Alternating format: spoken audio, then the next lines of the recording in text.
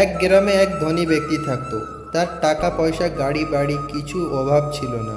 একই গ্রামে এক গরিব লোক থাকতো। নাম ছিল রহিম। সে মোটামুটি রোজগার করত, কষ্ট করে চালাতো তার সংসার।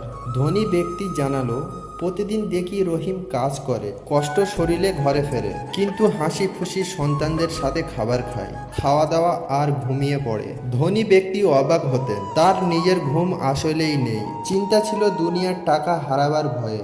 এসব নিয়ে রাতে ঘুমাতে পারতেন না। একদিন ধনী ব্যক্তি রহিমকে ডেকে বললেন, তোমার তো কিছুই নেই, তবু তুমি হাসো, ভালো ঘুমাও, আর আমি এত কিছু থাকার সত্ত্বেও শান্তি পাই না।